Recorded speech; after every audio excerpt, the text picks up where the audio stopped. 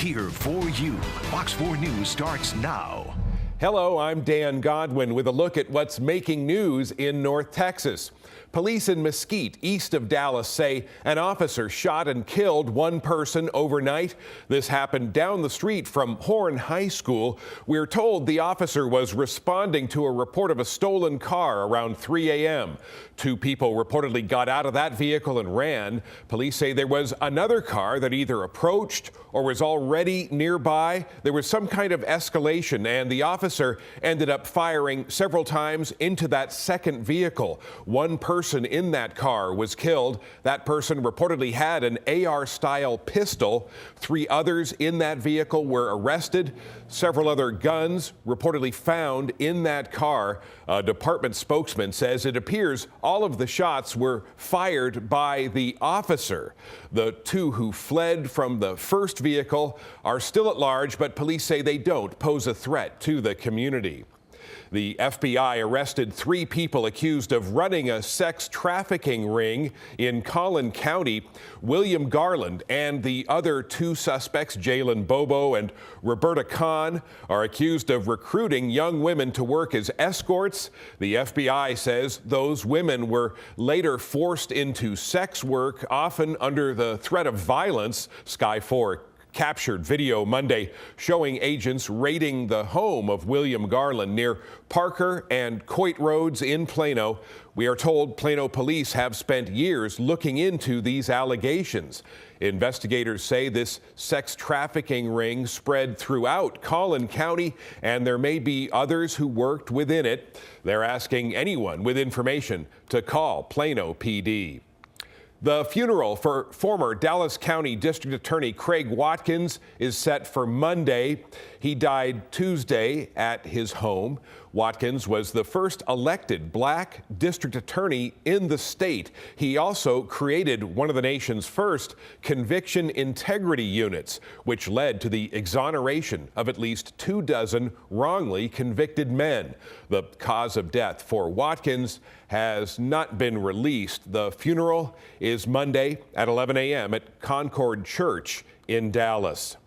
We've learned a little more about the girl who was abandoned at a Dallas hospital.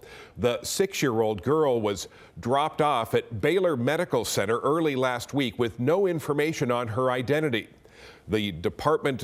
The Texas Department of Family Services found the child's relatives a few days later and have now learned the name of her mother. Also, during a hearing today, CPS said the girl is in good health and is enrolled in school. Today, the judge approved an expedited home study with a relative of the girl, hoping to get the child placed soon. Meantime, she remains in the custody of CPS. Fort Worth has taken a big step to show support for programs and resources that assist military veterans. The city created a new Veterans Affairs position. For the first time, there will be a city staff member dedicated to assisting our vets and connecting them with tools to help them succeed in civilian life, such as jobs, housing, medical assistance, and more. Councilwoman Elizabeth Beck, the first female veteran to serve on the council, was instrumental in creating the new position. Fort Worth is incredibly lucky that we have a lot of community partners in the veteran space, and some of them we don't know about because we don't have a position that keeps its finger on the pulse of what is available to our veterans. Fort Worth's new Veterans Affairs position is not yet filled. It will be open to potential candidates for the next 4 weeks. The city of Dallas is adding new rules for donation boxes, hoping to keep them from becoming eyesores.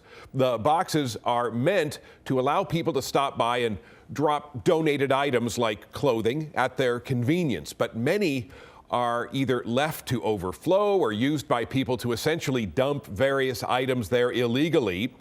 Dallas City Council members unanimously approved a new ordinance this week to regulate the boxes.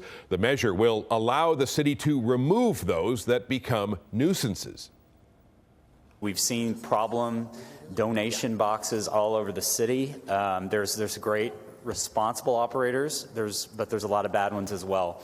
And this ordinance is intended to bring everybody under the fold, properly regulate these donation boxes and really reward the good operators. The new ordinance will impose annual fees and limits on how many boxes can be on a given lot. It is set to go into effect in March. Coming up on Fox 4 News, the Cowboys are preparing for their chance to clinch a playoff spot this weekend. And our weather pattern turns active for one day on our 7-day forecast. I'll time out those shower chances tomorrow, coming up in just a few minutes. The Cowboys will clinch a playoff spot if they can keep their winning streak going this weekend. The boys will be back at practice today, preparing for Sunday's game against the Buffalo Bills. Dallas is 10-3 on the season. The Bills are 7-6, but they do have one of the most talented quarterbacks in the league. You know, they got Josh Allen is a great quarterback. He can throw the ball. He got a strong arm. He can run the ball. So they got good receivers. So it's going to be a big challenge for us, but I think we'll be ready. Sunday's game in Buffalo is on Fox 4. Kickoff 3:25 p.m. We'll have a full recap that night on the late edition of Fox 4 News and Free for All. Fans who visit the Baseball Hall of Fame in Cooperstown, New York, are now able to see some of the Rangers' 2023 World Series mementos. The exhibit includes items donated to the museum after Texas clinched the championship last month. They include Series MVP Corey Seager's batting helmet, manager Bruce Bochy's cap, Marcus Semion's jersey from the series clinching win, and the glove that pitcher Josh Sborz spiked to the ground after the final out. The display will be open at the Hall of Fame through next year's playoffs. The South Oak Cliff High School football team hopes to make history on Sunday. The Golden Bears are going after their third straight 5A Division II title. Last year, they beat Port Neches Groves 34-24. This year, it's a rematch. We caught up with the players at practice. They are feeling confident and grateful ahead of this year's big game. It didn't mean everything from what they built from the start of this, from when they didn't have a school and all, to come here and be this far and be able to win a third title. It didn't mean everything for the South Oak Cliff School. Port Neches Groves, a school from the Gulf Coast area, is seeking its first state title in nearly 50 years. The game is Saturday morning at 11 at AT&T Stadium. The revamped Southeastern Conference released its 2024 football schedule, which will include new members, Texas and Oklahoma.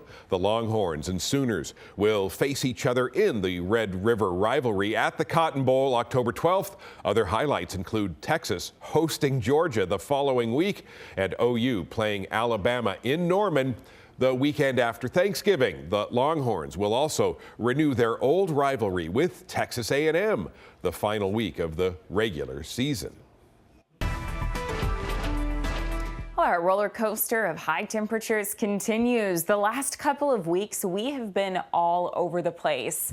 After ending last weekend feeling a little bit more like January, more mild conditions returned as we headed into the work week, and now we'll continue to stay fairly mild with high temperatures expected today in the low 60s before the 50s take over once again as we close out the work week and head into the first half of the weekend.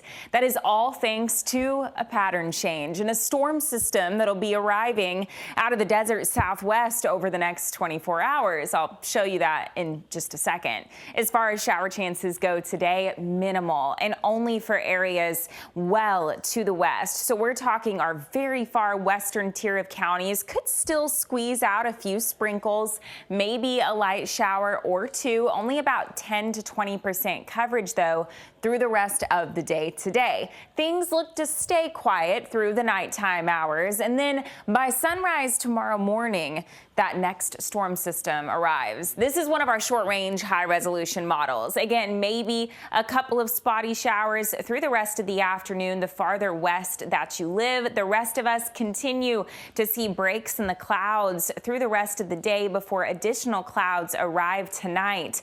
Tomorrow morning will be kind of interesting, too. After we top out right around 60 degrees this afternoon, those clouds will filter in. Temperatures will fall into the upper 40s overnight. But by sunrise tomorrow morning and through the rest of the day tomorrow, temperatures won't really climb much. So again, after more of a mild day on our Thursday, featuring a mix of sun and clouds, especially where the drier air is in place for areas to the east and northeast, we're going to see that cloud cover build back in overnight. Temperatures fall into the upper 40s and low 50s, and then really don't move much throughout the day tomorrow. That next system on the way, that upper level low pressure system still spinning in the New Mexico area across the desert southwest, will finally break free and track to the north. As it does so, that'll bring most of North Texas the potential for seeing that light spotty shower activity. By the time that system continues to trek to the north and east, it'll leave us quiet as we head into the weekend, which means shower chances look to taper off Friday night into early Saturday morning. Maybe a few lingering showers across our far eastern counties early Saturday morning, but that is it. So again, maybe a couple of showers across our western counties today. That chilly rain looks to move in right around sunrise tomorrow, maybe an hour or two after that morning commute before exiting off to the east Friday night. Let me show you that with our futurecast. This is mid-morning. Notice the bulk of the rain moving in, crossing over the Metroplex, crossing over about 80 to 90% of North Texas. It does look like that time frame with the highest coverage expected will be about mid-morning through the middle part of the afternoon. And then you'll start to notice those shower chances tapering off from the west to the east. But by the time Friday night rolls around, I'm still keeping those low shower chances in place for our far eastern counties, that coverage at about 30 to 40%.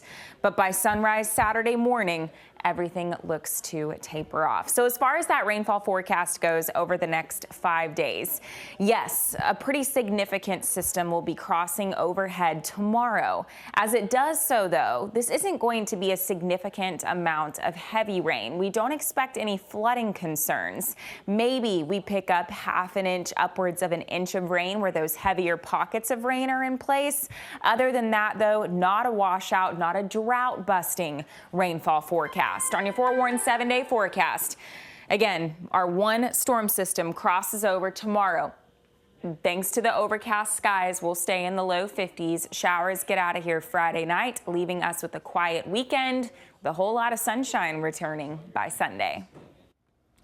The Fort Worth Botanic Garden is providing some holiday magic for families this month. Its walk-through light show called Lightscape is bigger than ever. A 30-foot wreath welcomes families into the 1.2-mile winding trail. Along the way, you'll encounter a canopy of twinkling lights, a fire garden, and a 40-foot tree illuminated with thousands of color-changing lights. Lightscape is open nightly at the Botanic Garden until New Year's Day. If you're planning to go, it's a good idea to book your admission in advance online. We have details on our website, fox4news.com.